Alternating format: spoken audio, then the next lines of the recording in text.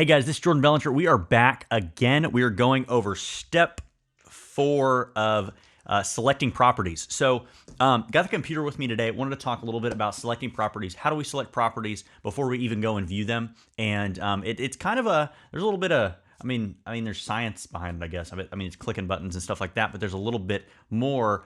And it would go back to the buyer consult and the buyer needs assessment to figure out, like, what do we end up putting in here? Why do we put it in here? That kind of thing. So, selecting properties. Selecting properties is not just me setting you up on a search or you going to Zillow or all these other apps and looking at them and going, oh, I like these properties because they're in the area, price point, all this stuff.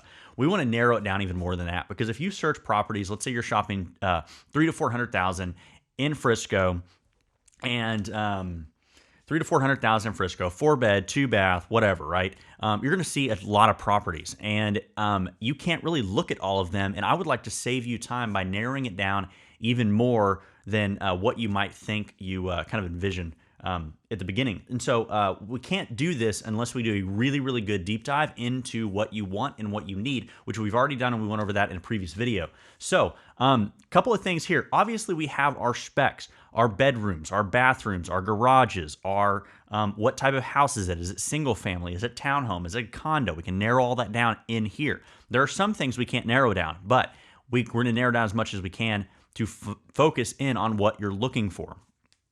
If we get too focused and we find that we're not finding anything that you like, we can always broaden that and kind of reevaluate what we're looking for, whether it's price, location, size of house, things like that. So, for example, price, huge thing to narrow down. Let's say you're like, you know what, I don't want to spend over $250, but I'm qualified to $300. I'm going to ask you, would you be okay with looking at stuff slightly more expensive and slightly less expensive than what you want to look at? And the reason we do this is because I want you to see what's too expensive and what's not nice enough. Because the only people that can really decide that, sorry, my phone's blowing up. Put that on silent. So you're the only one who can decide what is too expensive, or where do you stop getting that value, and what is not enough. Where do you see yourself? It's not necessarily too inexpensive, but it's not enough of what you want to buy. So I want to show you a little bit higher and a little bit lower, so you see where that value is. Because you might see, I want to spend $250. If I go up to $260, I'm qualified, I can afford it. If I go up to $260, the houses might change drastically, and that does happen sometimes. Had a client recently, went up, I think, $15,000, and there were higher quality homes for just a little bit more. I had a client go up $50,000 recently, and it looked the same as his initial price point. And so obviously we didn't spend that extra money looking for a house because there was no extra value in bumping up the price. Sometimes you'll go down a little bit and you'll find that these houses a little bit less expensive are about the same. And so you want to look at that a little bit higher, a little bit lower. That's with price. So, but if we're shopping at your max price, we're not really going to look at anything more expensive than that, unless we know that there's a chance we might be able to, get a good deal or get them down on price. So, a couple other things. Bedrooms. You might tell me you need 4 bedrooms. My follow-up might be, what about 3 bedrooms and a study? Would that work? A study probably has a window. It probably has double French doors, and it probably doesn't have a closet. If it had a closet, the listing agent would probably be calling that a bedroom. So, would that work? Most people say yes. Okay, well, instead of looking at 4-bed homes, let's look at 3-bed homes that possibly have a study. Bathrooms. Bathrooms are so important. If you have 2 kids, it's great if both of them can have bathrooms. If not, if you have 3 kids, 1 bathroom is really, really tough for the kids. But how many bathrooms you need and why do you need it? We went over that. Square footage. I don't really get tied to square footage because most people are like, oh, I want this square footage. I want at least this square footage. And I ask, well, why do you need that square footage? Oh, because so-and-so I know has that many square footage and it's just too small. And so I'm like, well, let's not block that out, because we might find some properties that have a much better floor plan and have a better feel than your friend's house or whatnot. You're built, we talked about that in a previous video and how that can narrow things down real quick. Some people don't like certain decades of houses, just the look of them, the style of them, the maintenance of them, whatever. 1 or 2 stories. I have a strong opinion on 1 versus 2 stories. If you can afford everything in a 1-story, buy a 1-story. That's my opinion. I mean, some of y'all might disagree, but that's what I would do. I have a 2-story house. I have a decent amount of square footage. And so if I had all this square footage on 1 floor, it would cost a whole lot more because it's a bigger lot. Garage spaces. Do you need a 3-car garage, or do you need the 3rd-car garage worth of storage? So what about a tandem garage? So a tandem garage is 2 garages side by side, and then one of them is double deep.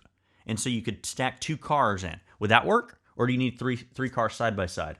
What else do we have in here? Living areas, dining areas, fireplaces we really don't get into too much. A pool, do you want a pool? Could you put in a pool? Tons of things in here. I mean, that's the basic gist of it. But what we'll do is we set that search up, and I'll go over some really cool stuff towards the end of the video that's in here that even most real estate agents don't know that's there. And I've found some cool properties this way. And so what we do is I send you a search. I send you a list. It's typically not an auto search, that first one. I send you a list. Take a look at these homes. Let me know what you like. Let me know what you don't like.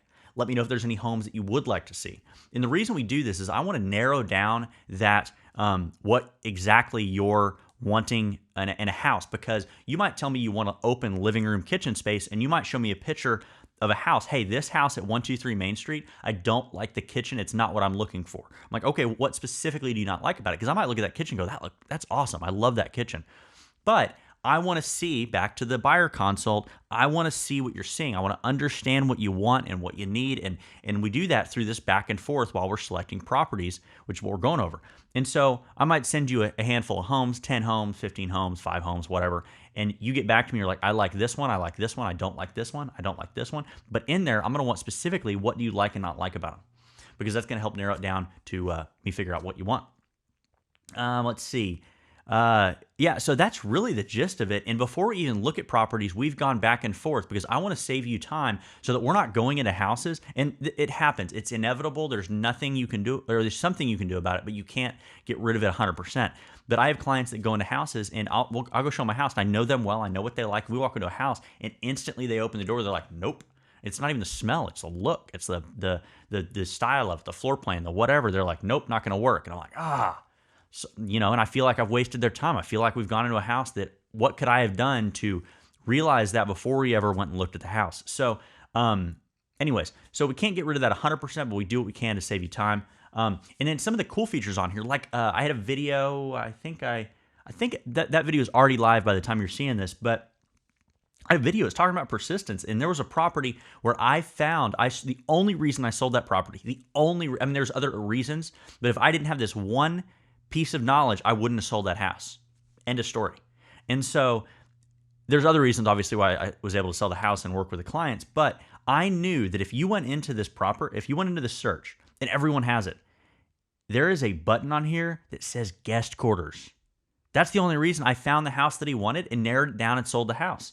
That if I didn't have that information, I wouldn't have been able to do it. I have clients all the time asking me about one thing or another, and there's a lot of technicality of how to actually use the system and to be able to make sure you're using things properly. But there's tons of stuff in here. And then you have to understand, as an agent, a lot of this stuff people don't use and they don't use properly. For example, most people don't use style of house. They don't put that in their listing. And if they do, I find that a lot of people have no idea what they're talking about unless you're in an area where it has a very particular style of home in that neighborhood. Then it's a little more obvious. What kind of kitchen equipment do you have? Do you have electric, or do you have gas? That's a big decision for a lot of people. They want gas in their kitchen. Some people don't care. What else? Room search. I can get real technical on this, but that's more like agent focused, because you as a buyer, you're not going to really care how the system works or operates. You just care that you're getting what you want. Yeah, so that's how the search process goes. I want to kind of summarize what I talked about, because I know I can kind of go off on tangents, but what I'm talking about is we're selecting properties, and when we're selecting properties, what we're doing is we're going, I get everything that you tell me you want about the conversations we have about what you want and what you need. I go back, I set up a search, I send you the search. I tell you and whoever's involved in the transaction, tell me what you like, tell me what you don't like, we'll narrow it down from there. From there, I'm like, okay, you didn't like anything that was built in the 80s. So let's take out the 80s. Or you didn't like anything that was built before 2000. Great, let's take out anything built before 2000 and narrow it down. If I see that that's what you're really not liking about those properties. And it will narrow it down. We'll go back and forth, and then most likely will set you up on an automatic search. And what it is, it's a custom profile for you on what we've talked about, what I've learned, everything we need to do to plug it in. And we can't filter out, again, we can't filter out everything because you don't want to miss things that might be a good fit. But what we do is we send you that. You get on auto search when we get closer to the point of where we're actually looking for houses and we're actually ready to make some offers. And then that's the selecting process of that. And so it's a little more in depth than people realize. At least for me, it is. I want to make sure that it's it's like, I don't know. I just don't want to waste your time. I want to, if we can spend time going back and forth on text and email and phone calls and all that stuff without you having to go anywhere, it's going to save us a ton of time when it comes to actually finding the right house for you.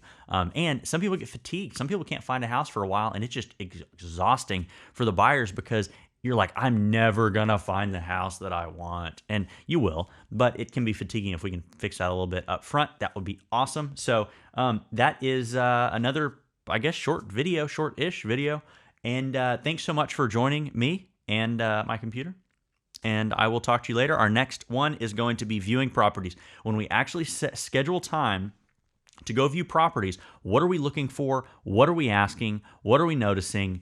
How does that whole process work? I'm not just opening the door and saying, hey, look around. We're actually getting deep and looking at stuff that we need to look at. So anyways, next video is that would be step 5, and we're on step 4 for selecting properties. Thanks so much for joining me. Let me know if you have any questions or if there's anything I can do to help, and I will talk to you guys later. Bye.